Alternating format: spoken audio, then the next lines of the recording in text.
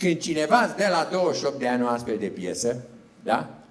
Și tu vii aici la un concert omagial, trebuie să faci și tu același lucru. Caută un copil, caută pe cineva care să-i dă o piesă care să convingă publicul.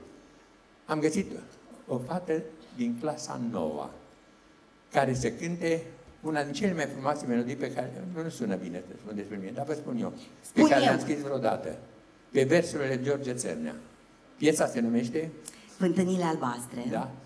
E scrisă pentru George Nicolescu, Dumnezeu să o dignească și pe el, și va fi cântată de o fată de clasa 9.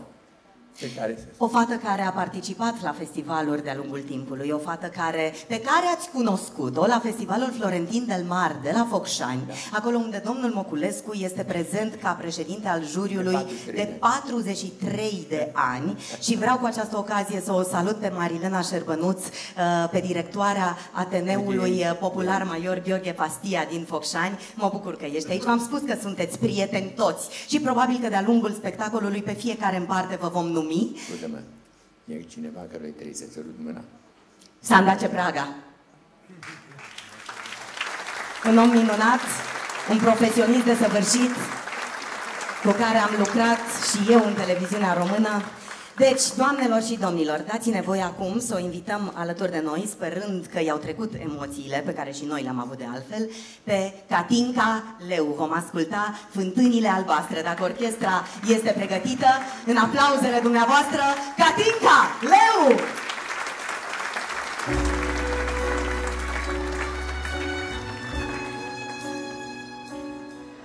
Ce-ar fi o primăvară fără gândul înfipării altor sărbători, când nu ne-am timp, ci vieți de-a rândul, călătorim cu visul către flori.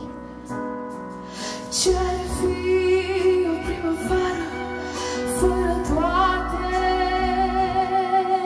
neliniștirile din amor, dacă prin geana severor curate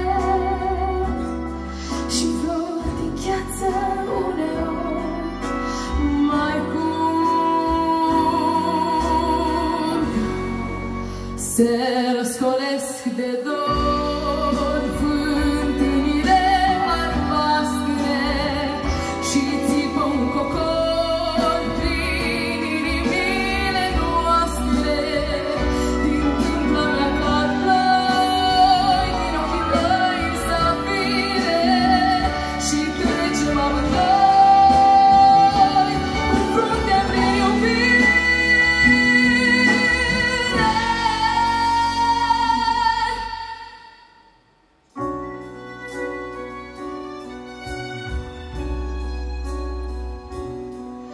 Ce-ar fi o primăvară fără vară și fără toamnă, vara ce-ar mai fi, când ne cuprinși de-a fructelor povară, în catifeaua florii ne-am sfârșit. Ce-ar fi o primăvară fără jocul copilor, cu soare în priviri și ce sămânță și-ar aprin de focul iubirile topitelor iubiri. Se răscolesc de dor fântânile albastre și țipă un cocor prin inimile noastre, din tâmpla mea cad ploi, din ochii tăi zafire și trecem amândoi cu fruntea prin iubire.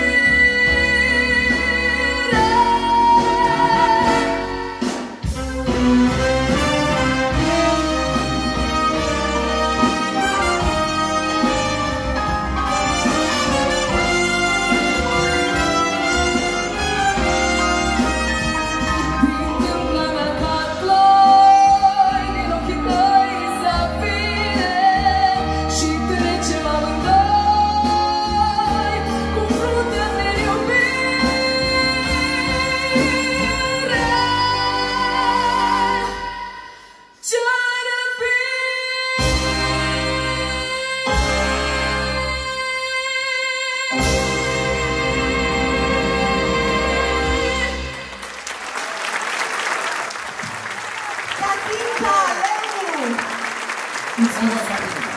Ce-ar fi să ai noroc în viață și să ajungi o mare cântăreață așa cum a fost și George Nicolescu? Felicitări! Mulțumesc! Mulțumim din suflet, Catinca!